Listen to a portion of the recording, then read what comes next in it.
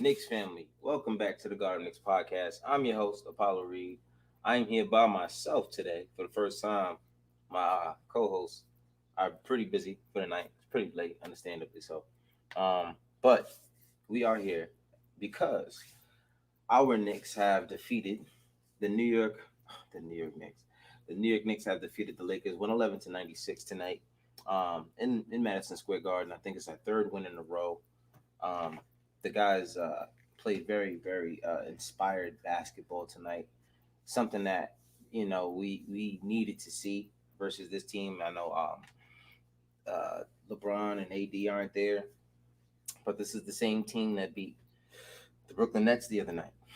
So there's no excuse. I know there's a lot of people out there saying, "Hey, you guys beat the Lakers without LeBron and without AD," but at the end of the day, like I said, these are the guys that did just now beat the Brooklyn Nets the other night, and Schroeder got ejected in that game.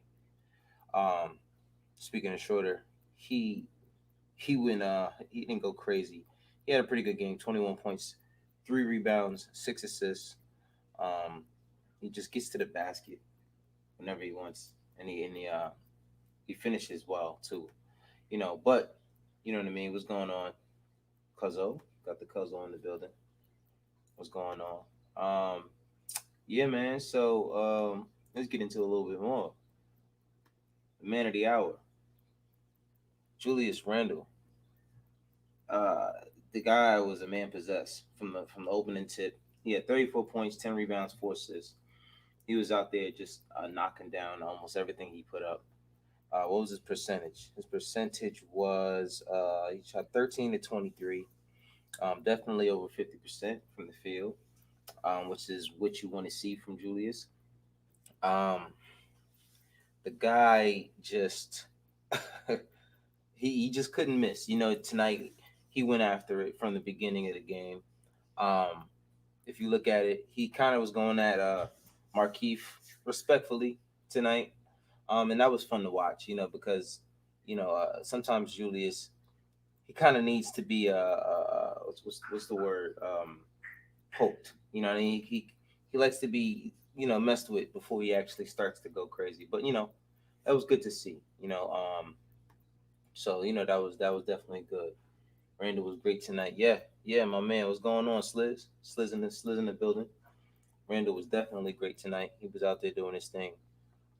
He was bullying. He was definitely bullying tonight. He was definitely, uh, making sure they got. He did his thing. Like I said, like we all say, when the braids is there, Julius has arrived. You know what I mean?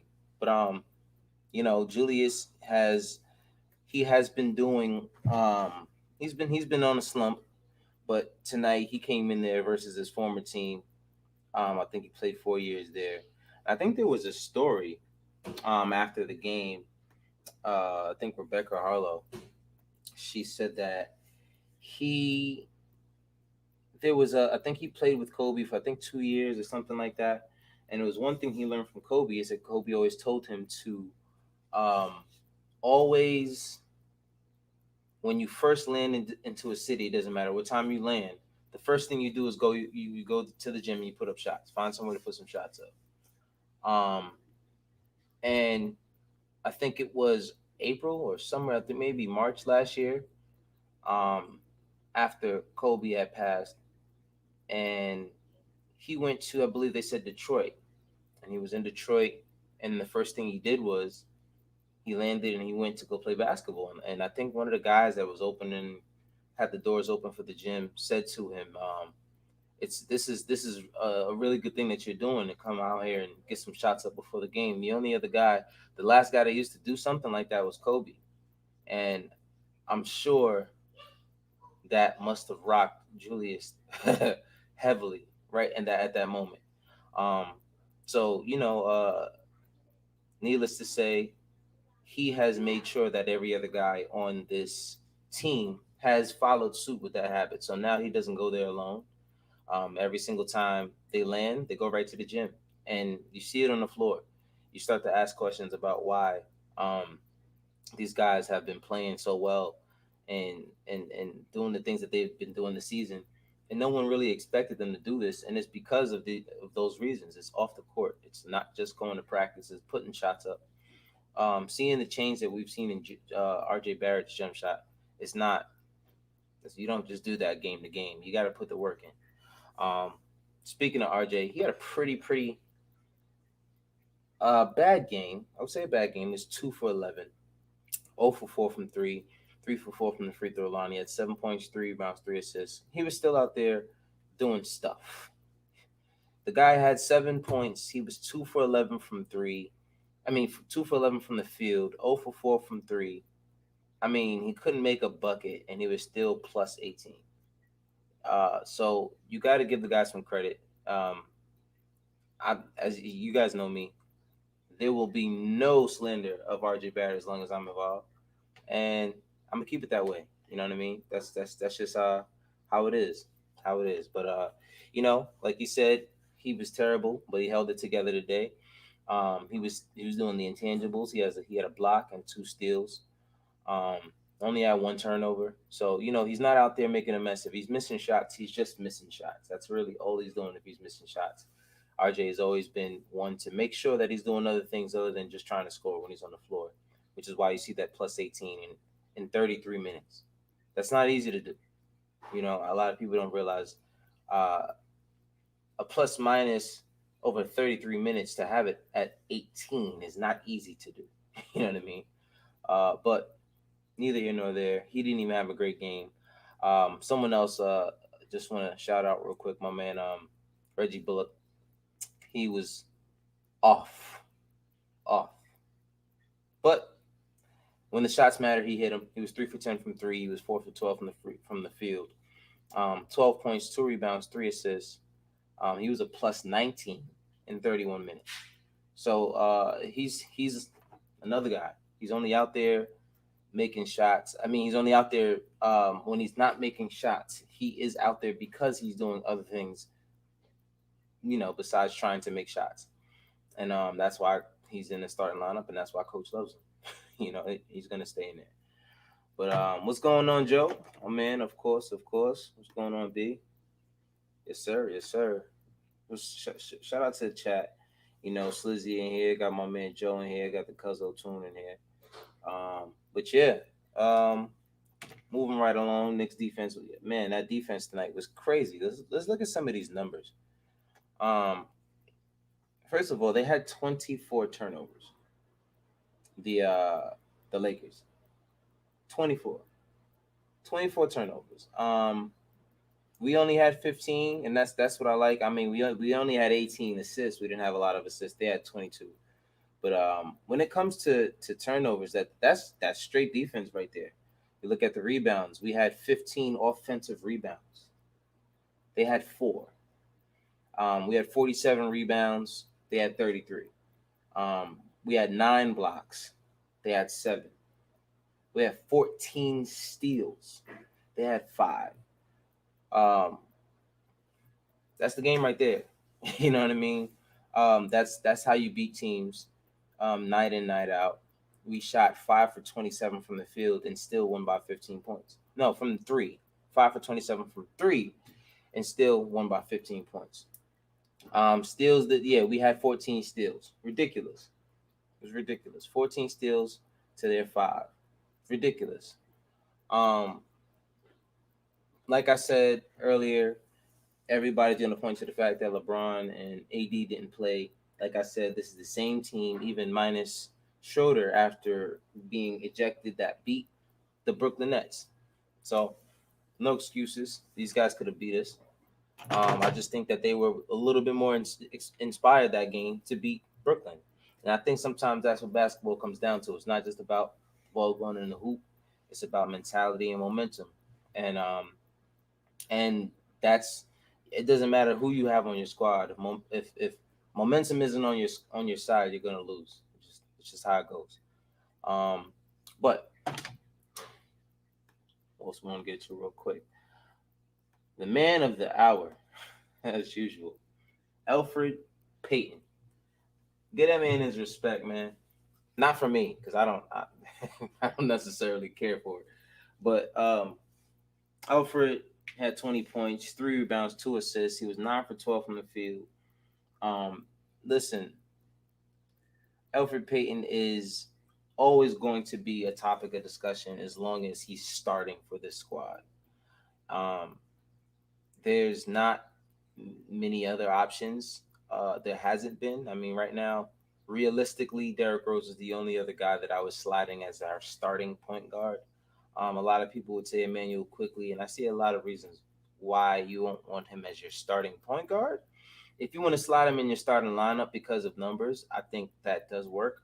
But as the point guard, I don't think he necessarily has the skills to do that just yet. Just yet. I think he'll get there, but we'll see. The verdict is still out on Quickly, even though I love Quick. I don't know how capable he is at running the point guard position, but neither here nor there. He needs to get more minutes, and Alfred is the guy that's in front of him, so he typically ends up being topic of discussion. Tonight is for good reasons. Like I said, he had 20 points. He was 9 for 12, and more than anything, he was finishing at the rim. If you can finish at the rim, bro, we'll leave you alone. We'll leave you alone. But at the end of the day, we still don't want him starting. He can give us 20 every night. I mean, the thing is, I like Alfred. Like I said, I'm one of those guys that I don't want him off the team, but I don't want him in my starting lineup. For many reasons, just style of play, meshing with the starters. I think if we had a guard that can be a threat, more of a threat, not just hit the shot, but also have some kind of gravity at the 3 point line. I think that's something that we would benefit from, especially having Julius Randle and RJ Barrett, which is why you have a lot of teams throwing the 2-3, the zone at us, because you don't. As long as you can get a step off of these guys, they're gonna make us take the shot. Basically, they're gonna stay in the paint. They're gonna make sure that the places where RJ and Julius get get off, they're not gonna be able to do those things. So a player at the point guard position that is more respectful at the 3 point line and also more of a threat as an actual point guard in terms of playmaking and getting assists. I mean, the assist numbers don't mean everything when it comes to playmaking, but let's be honest, his numbers have dipped significantly since last year. Um, Actually, they were talking about the other game. Julius had a triple double, and who the last person to have a triple double was, and it was Alfred, and that was last year because and then he has a few games this year where he'll give you 10 assists or 9 assists, and it's like, all right, why can't what happens here where you go from trying to be a scorer to be, my thing is that that's I think where the silver lining has been for Alfred this year. He knows that Tom wants him to be a scoring guard in a way, someone who can put pressure on the rim and attack, and um, he does that. He gets into the rim. He gets into the paint, but the problem is he just doesn't finish consistently. And that's been the problem that he's had for most of his career. He gets into the paint, and that's not the issue. The issue is actually finishing. And if you're not going to finish, then it's going to be pretty hard for teams to respect you at the rim or at the 3 point line. It's like, what are you doing here? If you're not going to knock down the three, and you're not going to hit the bucket at the rim when you can get to the rim. What are you here for? And that's what a lot of people see when they talk about the eye test. But more than anything, I think there's some benefit to having an Alfred Payton kind of player on your team. But if that's the guy you're running at the starting position and he's taking minutes away from the guys that you believe should be your future or guys that can actually help you at that position, i.e. Derrick Rose, then that's where the problem lies. Let's jump in the chat and see what they're talking about. Yeah, hit that like button, man. You get a little bit of love. You know what I mean? Alfred did play well. Um, Quickly in that fast break. Boy. Um, let's see. Macri talking about some article that was written about Keith Smart and the Knicks last year, telling RJ he can't work with you. Oh, that I believe I saw something about that. Um, apparently, and I heard about this story before. I heard about one half of it. The half that I did hear was that um they did work with they worked on RJ's jumper, and they had his elbow slightly out instead of in, because the way basketball is, they want to have your shoulder, your elbow, and your wrist, your follow through, to be in one motion, just one. Um, but RJ, because he was a lefty, Drew Hanlon worked with him on extending his elbow out a little bit more, because lefties, he studied lefty pitchers and I believe lefty quarterbacks. And for some reason, lefties, don't get me wrong. I'm not gonna sit here and act like I know exactly what I'm talking about, but it made sense. Um, but that was an issue that I heard earlier. They had his form that he worked on over the summer. They came in. Keith Smart changed it. Um, and then mid-season, Fizdale gets fired, fires all the staff, and now RJ stuck here with a form that these guys made him change to, that he already fixed. Now he had to fix it all over again. So I'm looking forward to, and Jules Hanlon has gotten a lot of respect from me for the work that he's done with RJ Barrett, because he's very good at finding little things in your game, not just teaching you a whole bunch of stuff like a lot of other guys do. Much respect to those guys, but what I'm saying is not Julius, Drew, he knows how to pinpoint little things from what I've seen that are would be considered weaknesses, and he tweaks them little by little to each player, because you can't just teach a player a move. You got to each player has a way of making that move, because everybody's body is different. Like you said, some lefties don't have a great line of sight. Um, Great sight line. They said when the elbow is straight, right? Some lefties do have like that, yeah. So, long story short, I'm looking forward to seeing what Drew Hanlon's going to work with RJ Barrett on this year. Two things I did hear, um, which got me super excited. He said that he will be working with him on his pull up three, off the dribble pull up three. Don't get me too excited. But anyway, that will be a focal point, and wiggle, and the little wiggle, a little bit of wiggle. But in basketball terms, wiggle is being able to get into the basket, get to the basket, and being a little bit more shifty and crafty with the ball in your hands, and not just being so stiff and straightforward. Because that's what a lot of people's problem with RJ is they say he's stiff. He's very stiff. But he just needs a little wiggle.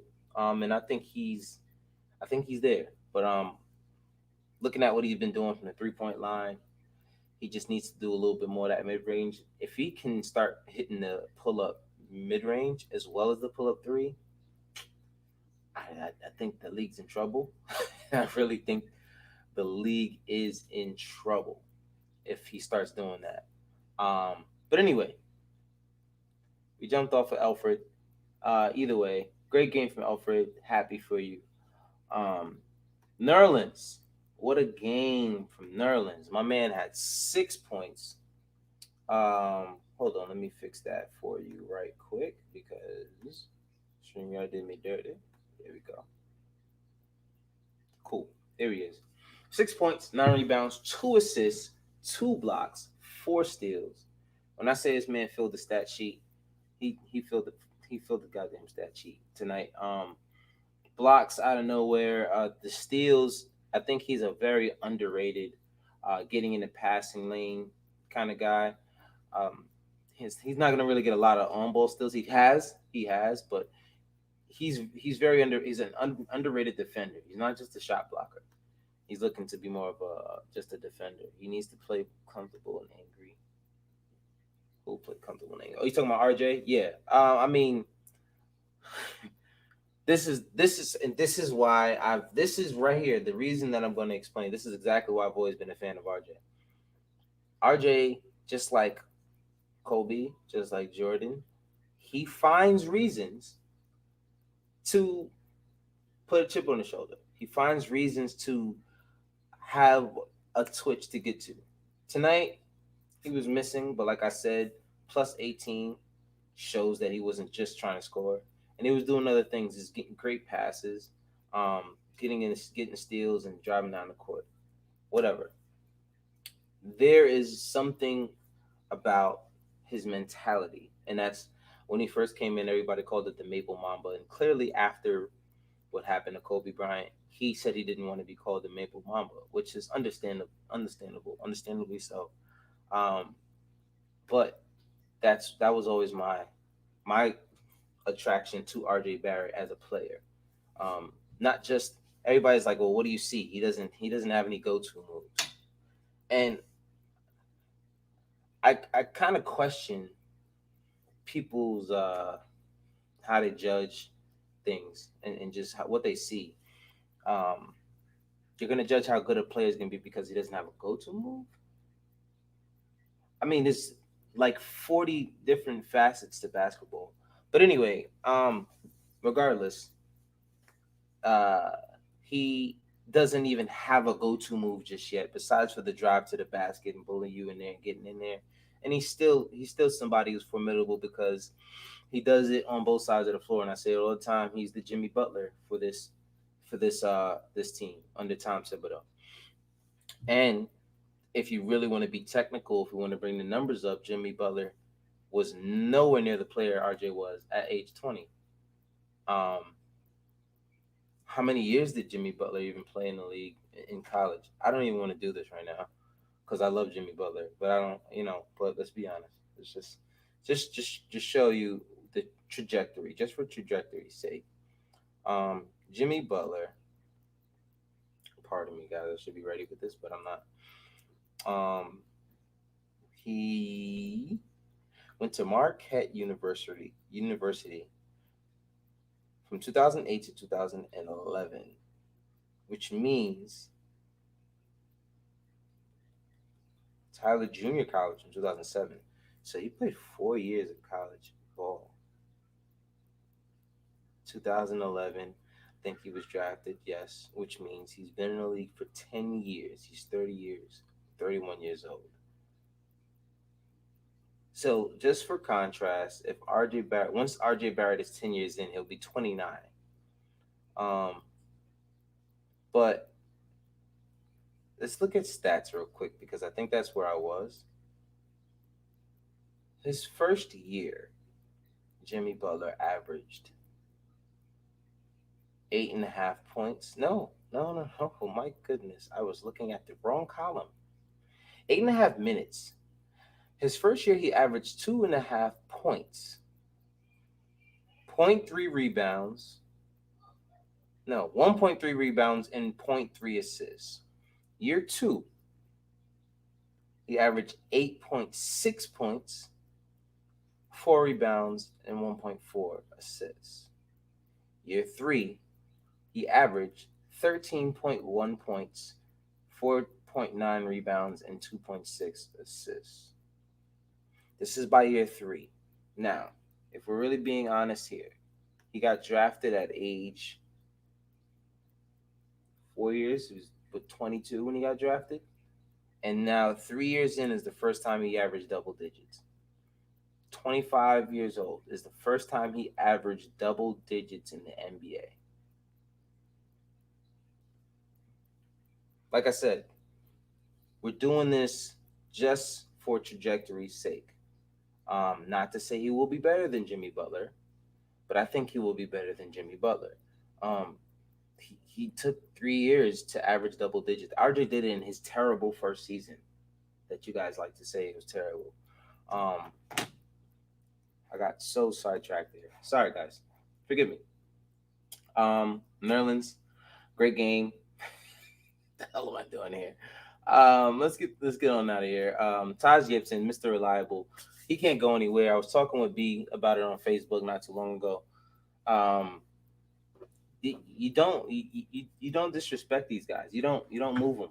Taj, Theo, sign these guys forever. You know what I mean? It's just keep them. Just keep them. Taj he was just everywhere tonight. He had 8 points, 10 rebounds, and it looked like he did more than that. You know what I mean? But 10 points, I think six of those were offensive. Good God. Um, My man, what's going on, Wave? What's going on, Wave? Yeah, you've been gone, bro. Nah, bro, like it's listen, chat. Y'all gonna have to get at him, cause y'all been here with me. He ain't been here. He ain't been here with me, so I've been missing out. You wasn't with me shooting in the gym, bro. Like this is what we talking about. Let me stop. What's going on, bro? Um, bro,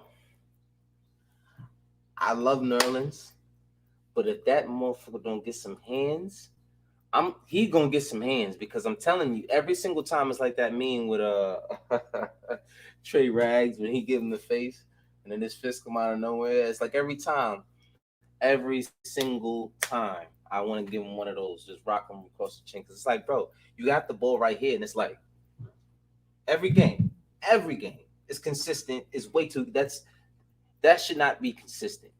You know what I mean? Bobbling the ball like that should not be consistent. 14 points per game on 42% from the field and 32% from three for a 19-year-old without a jump shot ain't a bad rookie year at all. And he's still come on, let's Joe, you know where I was going with that, man. You know where I was going with that. Like I said, it took Jimmy Butler. Jimmy Butler is my guy. It took his third year in the NBA to average double digits, and he was 25 at that point. 25. And RJ Barrett did it in his first year at 19 years old. I really don't think there's much for people to worry about. I think people really just need to chill out. He's gonna be good, man. The kid's gonna be good. The game was good. It was full of defense. Um, uh, what can I say? Julius Randle went crazy. The bench stepped up. Alfred stepped up. That's what you missed. You missed the Alfred segment, but it was pretty positive today. But like I said, Alfred stepped up big. My man Nerlin stepped up big. Of course, Taj stepped up big. Um, RJ Barrett was quiet tonight, 7 points, 3 rebounds, 3 assists. But as we spoke about, when you're plus 18 in 33 minutes, you're not just out there hunting for jump shots. He's doing a lot of other stuff. So I'm not gonna sit here and look at the fact that he only had 7 points and 2 for 11. He was 2 for 11, and he still was plus 18. I think the second highest plus minus on the team. Not worried about RJ. RJ is gonna be a great. Yeah, I said it. Um, get Dre not here. That's why. I mean, Drake probably wouldn't have had much to say if he was here because Alfred had a good game today. He had a good game today. But more the same, we're gonna get the same thing for the rest of the season because Tom is not going to start anybody else but Alfred at the point guard position. We might as well wrap it up, packing the bag. I cannot believe we really sat here, game after game, all season long, wondering why Alfred Payton was the starting point guard and he's still the starting point guard. It's just mind boggling. But anyway, um, they fought to the end, like Toon said. They fought to the end against the team. Said it. I'll say it once again. Um, LeBron, AD wasn't there, but these guys, this is the same team.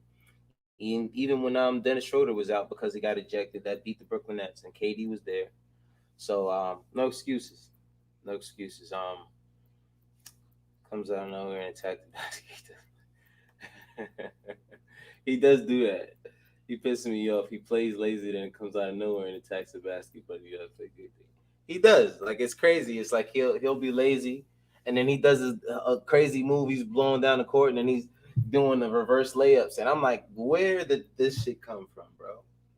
Like, why all of a sudden you know how to make baskets at the rim? First of all, you missing regular layups. Now you making reverse layups, not even being able to see the basket. Like, what's going on, bro? Um, but anyway, it's kind of crazy. It's kind of crazy. What do you say? Yo, man, y'all are hilarious in here, bro. Y'all are hilarious as always. I love my people. Um, but yeah. So, where are we? Where are we right now on the standings? You said seventh. We are eighth. Still, we're a half game behind the Hornets, and we're also a half game behind the Celtics. So we're 28 and 27. The Hornets are 27 and 25. The Celtics are 26. at 28 and 26. So I said somewhere that we play the Lakers today. We play the Pelicans, I believe, on. I'm looking right at it. Here we go. We play the Lakers today, Pelicans on Wednesday, Mavericks on Friday, Pelicans on Sunday. And I said somewhere that we're gonna go 4-0, and I don't care what anybody feels about that. I'm standing by it. We're gonna go 4-0. So started off good. Three more games to go. Let's see what happens. Pelicans have not been playing amazing. What is their standing? What are their standings right now? The Pelicans are now 11th in the Western Conference, sitting at 24 and 29. It's not good. And they're 24 and 29 in the West. I mean, that's not good. That's not good. Um, they're 11th, bro. They're 3 games.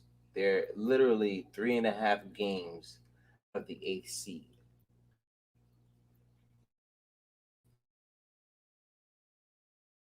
I'm I'm kind of lost, But anyway, doesn't make my point any harder to prove.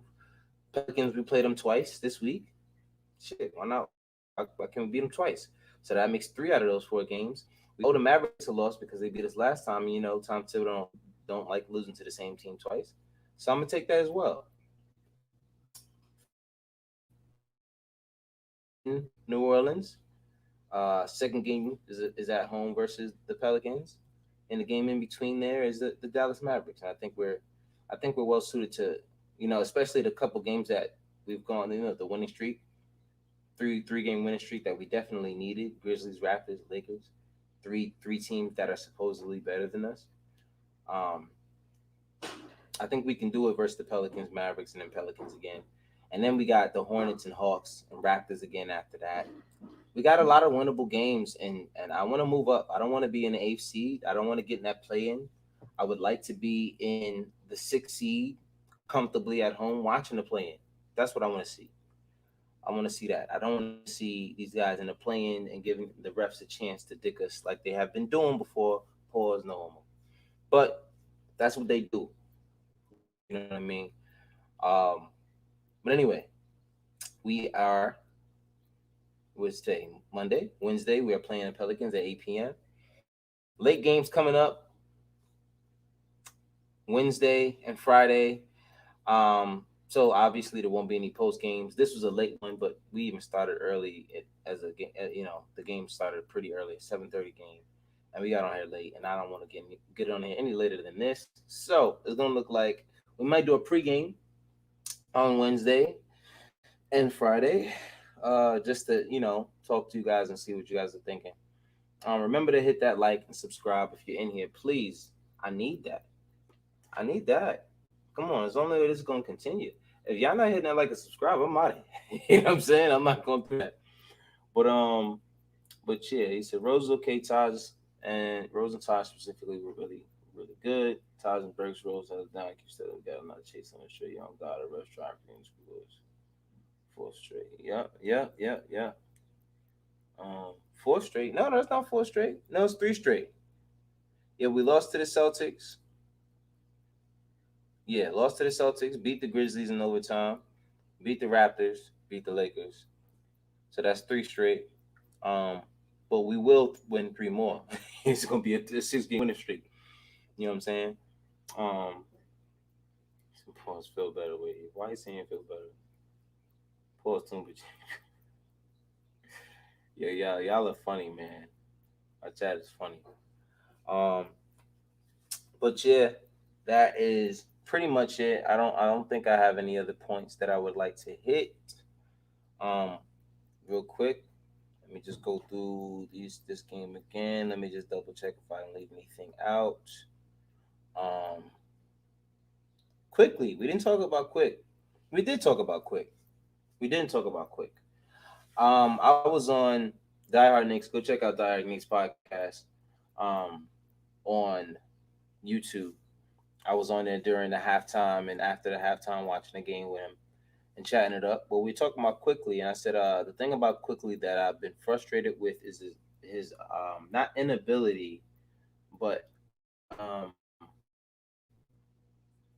the fact that he doesn't even bother looking at mid-ranges. He won't even look at them. And that kind of bothers me a little bit because let's get this out of here. Todd, appreciate you, but get on my face, my God, you know what I'm saying. But yeah, Quick he has been someone that we want to see, and these are the reasons why he doesn't really get to start a lot of times because um, we know Tom Thibodeau likes his guards to finish at the basket, and Quick doesn't even give himself an opportunity to finish at the basket. He literally floats it up there before he even gets there. It's either a three or floater from the mid range, and that bothers me. He will get it. He will get it. I'm not worried about him. If I'm not worried about Obi, definitely not worried about Quickly. Um, Obi, we've been seeing some flashes from him lately, by the way, and I'm liking it. I'm liking it. But anyway, um, Quickly, that mid range needs to be a part of your game. You know, you need to get to that mid range and take the shot. You can't just take the three and the floater every time because defenses have caught on. Refs have caught on to the flailing and the flopping. You don't get the call anymore, and you're starting to see it in the numbers. His numbers that have rapidly declined within the past, I think, since the All Star break. And that's because he if he's not shooting the three, that's the only time legit actually trying to take a shot is when he is shooting the three. Even the floater, I feel like is instinctual. I think it's something that he just does because, all right, I know I'm not going to finish at the rim. And I'm not at the three anymore, so let's see what goes on here. And I mean, I don't think that it's something that he's just flinging it up there, but I do honestly believe that he did work on it to use it, but I think that he needs to work on absorbing contact. I think that's the moment Quickly learns how to absorb contact. I think that takes his game to another level. I think it makes it easier for you to start him. I think it makes it easier for you to run an offense through him in a way, whether he can be an off-ball guard starting. Um, I mean, shit, if he can start hitting the mid range, and if he can start finishing at the basket, there should be no reason why Bullock is starting over him. Doesn't matter who our point guard is. At that point, he should be in the starting unit, the next to another guard, regardless. And RJ can run the three, Julius at the four, Mitch at the five. I'm fine with that. But what I don't want to see is for him to get stuck in and I know Lou Will is his favorite player growing up, but don't become Lou Will. Don't become the sixth man. I really want you to be a starter. I want you to get to the point where they can trust you with the ball in your hands, and not just for 20 something minutes a game.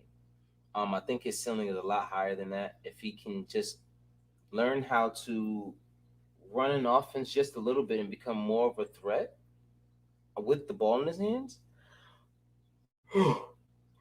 Excuse me, y'all. It's late, 11:39 on a Monday. But yeah, this is as long as he can learn how to create with the ball in his hands, finish at the rim, hit the mid range. I don't think you can keep him off the floor. Even if he's not your starting point guard, he has to be a starter at the two. And depending on who we get at the point guard position, that might make it easier for him to run the offense. To run off ball. But it's yet to be seen. He definitely needs to work harder on finishing at the rim. I think the fact that he doesn't even challenge guys at the rim makes it harder for you as an offense after a while, which is why they wouldn't start him. If they started him, I think it would be counterproductive because you know what you're going to get out of Quickly. If it's not a three pointer, it's going to be a floater, and if it's not a floater, he's picking the ball up and he's throwing it to somebody else, and that's what he's shown me so far.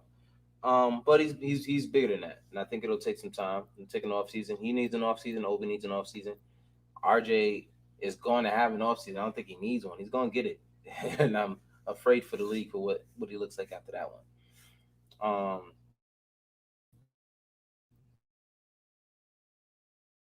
Gotta put KP on a poster. I'm still waiting for that to happen. RJ Barrett wants to do it. Uh, I don't think either. I don't think anybody. I think it's pretty hard to get a poster on KP, especially if you're not. Oh my God, it's late, y'all. Some water. I mean, especially if you're not Miles Bridges or Anthony Edwards. You're not really gonna be trying to dunk on KP like that. You're not really gonna try because guys are gonna respect him too much. Um, but let's see. Can you answer me this? Why did we get Henson if we're not gonna use him? He's hurt. He got a calf injury. I think the day after they signed him, he had a calf injury. He probably got too excited in the house and jumped up and then pulled his calf, something like that. He's a little old. But wait till he starts working out with other superstars, bro. But he gotta be dedicated. We talking about quickly. If you're talking about quickly in terms of working out with other superstars, guaranteed he's going to be an animal. And that goes for a lot of these other guys. I think there's no way you're gonna go through the summer if you're Emmanuel Quickly, if you're RJ Barrett, and Julius Randle, and other stars around the league aren't gonna want to work out with you, i.e., with the Black Ops that Chris Brickley runs. Um, there's gonna be there's definitely gonna be a lot of guys that want to play with these guys in the summertime, especially because they like their game, they see potential, um, they know where they can be better, and that's what you do. Now I remember when KD came in the game and LeBron kind of took him under his wing before KD started being emotional, but he was working out with LeBron and people hated that. They were like, "Why is he working out with LeBron?" And I'm like, "Bro, do you not understand the kind of things you can learn by training with one of the best basketball players of all time?" But people just would rather it be about rivalries, and I understand it because that's where we came from. Basketball is still my favorite era of basketball, 90s and early 2000s, I'd say, i.e., Tracy McGrady, my man. Uh, but yeah, man, it's a different brand of basketball. Regardless, I think these guys will have an opportunity to work with a lot of guys this offseason, especially like Julius. Julius already worked with Melo, which is why his mid range game has taken a step up significantly. He's been working with Melo since he got here, I believe, in the offseason. And I think it's starting to show. So these guys come to New York to play ball every summer. Every summer, these guys know that the ballers are here and in LA. That's where they go. These guys come to LA. They go to LA and they come to New York every summer to ball. That's where the runs are. So best believe, Quick, RJ, Julius are gonna be there, and I think either any of them, if they get a call from somebody else, the other ones are pulling up too. So I'm excited for that. That's all I got for y'all. I'm tired. We've been here for 44 minutes. I thought I was gonna do a little 15, 20-minute joint, but I guess I'm the reason why we always go over in time because I'm the only one here, and I can't blame my brother today. So you lucky, Dre. But anyway, thank y'all for tuning in to the God of Knicks podcast. Remember to hit that like, subscribe, hit the bell, um, spread love, support. Let anybody else know about it. If you want another source for your Knicks content, I'm here. Don't go to ESPN. They're gonna give you that fake shit. Love y'all. Peace.